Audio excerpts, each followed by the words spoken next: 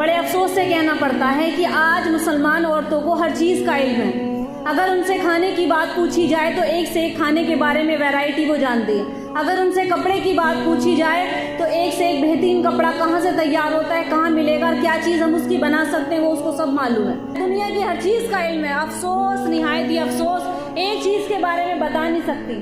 اگر ایک عورت کو کھڑا کیا جائے تو اس سے کہو ذرا اللہ کو بیان کرو تو وہ اللہ کے بیان کرنے کے بارے میں صرف اتنا کہہ سکتی ہے کہ اللہ بس, ہاں اللہ ہمارا رب ہے, ہم عبادت کرتے ہیں, شاید اتنا بتا پائے.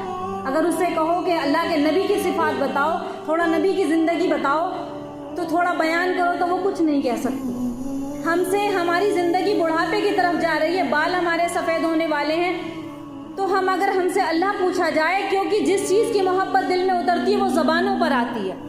محبت دنیا سے ہوگی تو دنیا کے ہر فن میں انسان ماہر ہوگا, سب چیز بتائے گا. محبت اللہ سے ہوگی تو اللہ کے احکام کی بھی ہم تحقیق رکھیں گے, اللہ کو کیا پسند ہے کیا نہیں پسند ہے.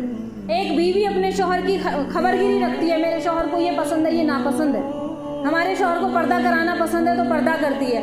ہم ہر چیز کیوں, ہمارے اوپر واجب بھی ہے ایک عورت کے لیے کہ اپنے شوہر کی فرمانبردار بن کر رہے. تو جب یہ دیکھو کہ ہر چیز کا ہم علم رکھتے ہیں, ہم راضی کرنے کے لیے سوچتے ہیں, تو کیوں نہ ہم اللہ کو راضی کرنے کی سوچیں. اللہ کو اپنے دل میں کیسے اتارا جائے. مہینوں ہو جاتے گھروں میں قرآن کی شکلیں دیکھے ہوئے, مہینوں ہو جاتے ہیں قرآن کی تلاوت کرتے ہوئے.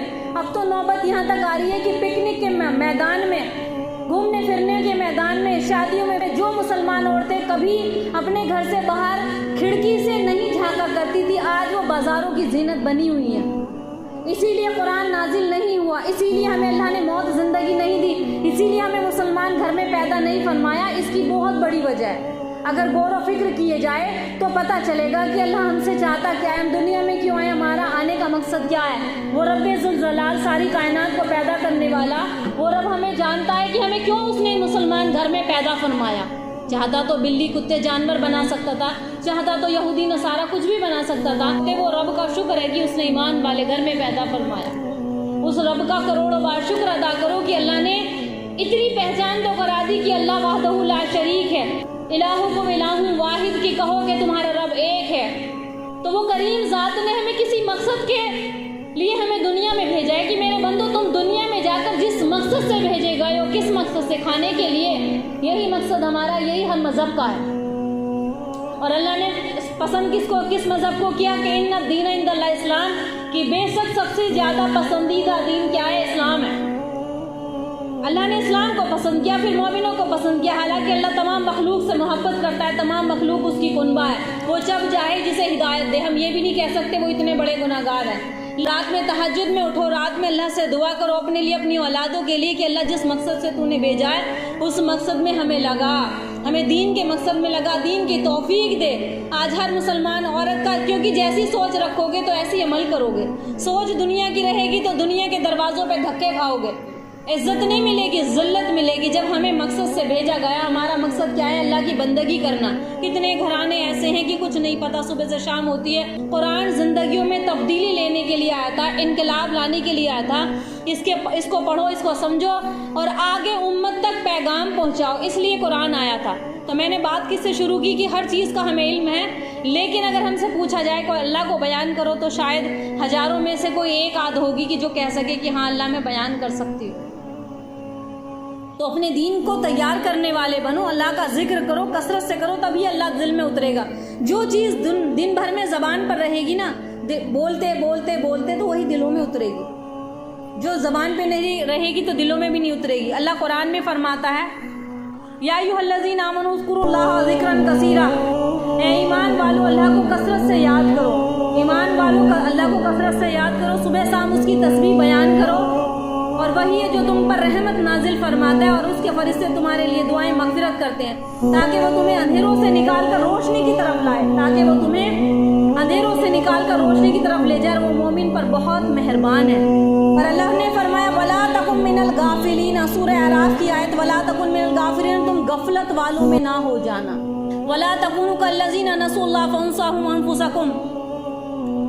اللہ کیا فرماتا ہے کہ تم ان لوگوں میں سے نہ ہونا کہ جنہوں نے اللہ کو بھلا دیا. پہلے بھی امتیں آئیں, میں نے بتایا کروڑوں لاکھوں لوگ مٹیوں میں دھس چکے ہیں, قبروں میں جا چکے ہیں. وہ کیوں آئے تھے, کیوں پیدا ہوئے, اور ان کا مقصد کیا تھا. جنہوں نے اللہ کو یاد رکھا اللہ تعالیٰ نے مقام اونچا کیا، جو اللہ کو بھول گئے تو ان کا اللہ نے نام و نشان مٹا دیا، بس جو اللہ تعالیٰ کو یاد رکھے گا تو اللہ بھی اس کو یاد رکھے گا۔ وَاذْكُرُوا اللَّهَ كَثِيرًا لَعَلَّكُمْ تُفْلِحُونَ، کثرت کے ساتھ اللہ کو یاد کرو تو تم کو فلاح اور کامیابی ملے گی۔ جگہ جگہ ذکر کیا اللہ نے، اللہ کو یاد کرو تمہیں کامیابی ملے گی، اللہ کو یاد کرو تم کامیاب ہوں گے، اللہ کو یاد کرو اللہ تم پہ رحم کرے گا، جگہ جگہ اللہ نے قرآن میں فرمایا۔ آگے فرمایا وَالذَّاكِرِينَ اللَّهَ كَثِيرًا وَالذَّاكِرَاتِ وَأَعَدَّ اللَّهُ لَهُم مغفرة وأجرا عظیما۔ کثرت کے ساتھ اللہ کا ذکر کرو۔ سورہ احزاب کی آیت کیا بتایا؟ کثرت کے ساتھ اللہ کا ذکر کرو۔ کثرت کیسی ہوتی ہے؟ جیسے کہ محنت کرتے کرتے دن بھر میں ہم لوگ تھک جاتے ہیں، کام کرتے کرتے، کپڑے دھوتے دھوتے تھک جاتے ہیں کہ آج کپڑے بہت زیادہ دھوئے، ہم کیا کہتے ہیں کہ مشین لگائی تھی تھک گئے، کھانا بنایا تھا مہمان آ گئے تھے بہت تھک گئے، شام کو تھک کے نیند ایسی آتی ہے پتہ نہیں چلتا کہاں پڑے۔ تو یہ کثرت ہوتی ہے جس سے ہمارا بدن تھک جائے۔ اس طرح کی کثرت اللہ نے بتائی کہ میرا ذکر ایسے کرو، کثرت سے کرو، کہ میرا ذکر کرو، کثرت کے ساتھ اللہ کا ذکر کرو۔ ذکر کرنے والے بندے اور اللہ نے ان کے لیے مغفرت اور اجر عظیم تیار کر رکھا ہے۔ جو لوگ اللہ کی یاد سے ذکر سے غافل رہیں گے ناکام اور نامراد رہیں گے۔ دنیا کمانے والے سن لو، جن کی مقصد زندگی کا کیا ہے؟ دنیا، تو وہ کامیاب نہیں رہیں گے، ناکامیاب ہوں گے۔ اللہ نے خود قرآن میں فرمایا جس کا یقین اللہ پر ہوگا تو وہ ان بات کو بھی سمجھے گا۔ آگے قرآن کی آیت یا ایھا الذین آمنوا لا تلھکم اموالکم ولا اولادکم عن ذکر اللہ ومن یفعل ذلک فاولئک ھم الخاسرون۔ سورہ منافقون کی آیت ہے اے ایمان والو تمہاری دولت، تمہاری اولادیں تمہیں اللہ کی یاد سے غافل نہ کر دے۔ آج آدمی کماتا ہے، کہاں گئے وہ لوگ جو کہتے تھے میرے بغیر گھر نہیں چلے گا؟ کچھ لوگ کہتے ہیں میرے بغیر دکان نہیں چلے گی، میرے بغیر بچے پڑھائی کیسے کریں گے، میرے بغیر تجارت کیسے ہوگی، میرے بغیر شادیاں کیسے ہوں گی، میرے بغیر بچے روٹی کیسے کھائیں گے۔ جب دنیا سے چلے گئے تو ان کو کون پال رہا ہے؟ وہ مٹیوں کی خوراک بن گئے، ان کو کون پال رہا ہے؟ یہ ہماری بڑی غفلت ہے۔ یہاں تک کہ یہ بتایا گیا ہے کہ تم اپنی عبادت کو سب سے پہلے مقدم رکھو، تجارت کرو تو نمازوں کا خیال پہلے رکھو۔ جس اولاد کے لیے ہم کما رہے محنت کر رہے ہیں کہ وہ اگر دین پر ہے تو ہمیں فائدہ پہنچائے گی، اگر وہ دین سے دور ہے تو بتاؤ نا، تو جو دین سے دور ہے یہاں تک کہ جو اللہ کا نہ وہ ہمارا کیا ہوگا؟ تو جو جیتے جی اولاد ہمیں نہیں دیکھ رہی تو ہمیں لگتا ہے کہ وہ مرنے کے بعد ہمارے لیے ایک یاسین پڑھے گی قبروں پر آ کر، نہیں پڑھ سکتی۔ جو جیتے جی ہمیں سلام کرنے پر تیار نہیں ہے، ہم سے بات کرنے کے لیے تیار نہیں، کتنے گھرانے ایسے ہیں، تو وہ مرنے کے بعد ہمارے لیے کیا ایصال ثواب پہنچائے گی، کیا ہمارے لیے مغفرت کی دعا کرے گی؟ تو ایسی تجارت مت کرو، ایسا سودا مت کرو کہ ہم خود خسارے میں پڑ جائیں۔